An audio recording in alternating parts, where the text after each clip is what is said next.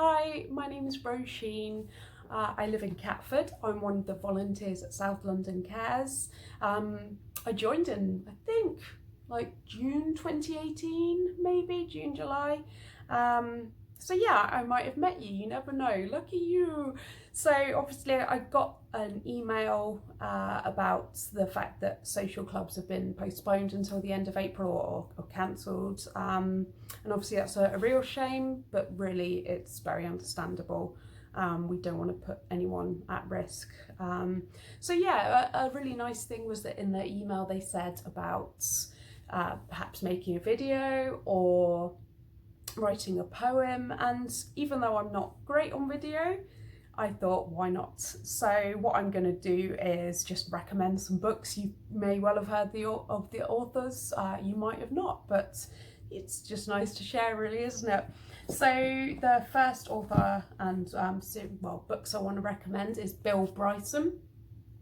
I suppose I started reading him when I was about 11, and I also suppose a lot of it went over my head, but I really enjoyed it even at that age, just reading about his travels, things that happened to him, all delivered, quite self-deprecating, quite dry, to me always funny.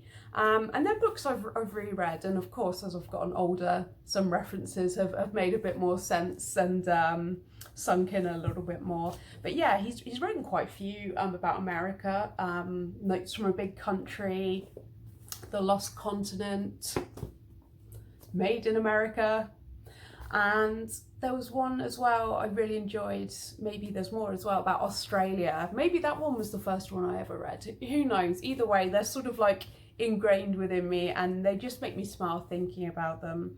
I particularly like, I think there's one, it's called like Thunderbolt Kid, and that's about his childhood.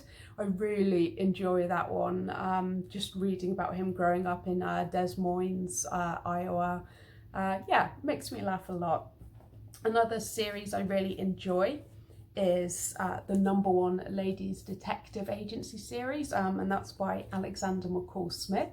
Again, you might have heard of him or this series of books, and it's set in Botswana, and I really enjoy it. Like the characters are just, they speak to me, the sort of like humanity and the hearing about the landscape, it really shines through. The main character, Ma Ramotswe, I don't really have to say it out loud, I only ever say it in my head. It centres around her and the detective agency she opened, and then Ma Makutsi, who's a secretary, and they're both very I think they're both likeable characters, and all the other people that are in their lives, both loved ones and baddies, I suppose, for want of a better word.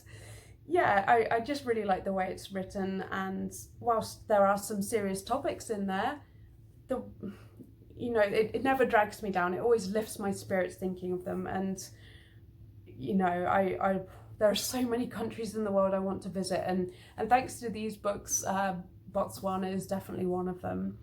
I believe that the author, he did live in Botswana for some time, or at least, has visited many times. And, for me personally, when you're writing about a country so extensively, when, essentially Botswana is a character, to have been there and lived and breathed like Botswana itself, I think is, I think it shows in the books. You may disagree. But yeah, like, both those actually, Bill Bryson and Alexander McCall Smith, I discovered thanks to my mum, so it's a nice way for me to remember her, and I really enjoy reading them again and again. And one that's more on the mental health side of things, because we've all got mental health and sometimes we need to take a bit of extra care of ourselves.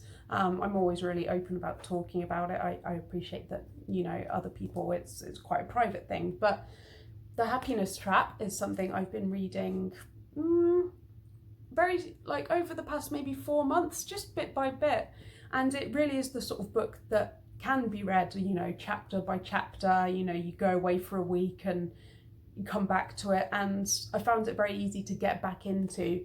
And how it describes itself, it's it's how to stop struggling for perfect happiness and lead a richer life.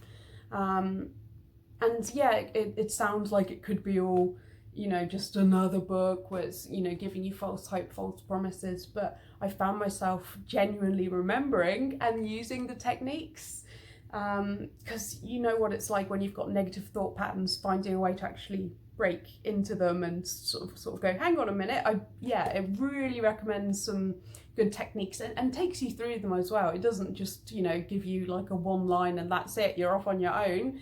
It does give you the techniques, the methods, however you want to call it. So yeah, I would recommend this. So yeah, The Happiness Trap by Russ Harris. Just trying to think if I've got anything else to say about it really. With all these books, if you're obviously able to be out and about, you should be able to find them in your local library or order them in secondhand bookshops. So again, whatever you're comfortable with or able to do. And those with e-readers, I don't use them myself, but I'm sure they're on there. And audiobooks as well, the fabulous world of audiobooks. Again, I don't listen to audiobooks, but I do listen to a lot of podcasts. But I'm gonna be quiet now because I've done enough rambling. But yeah, just I hope you get a chance to read something good soon. I'm really not a huge reader. Some of my friends are such bookworms. But yeah, hopefully it's given you some ideas, and I hope we get to see each other soon at a social club. And yeah, look after yourself. Bye.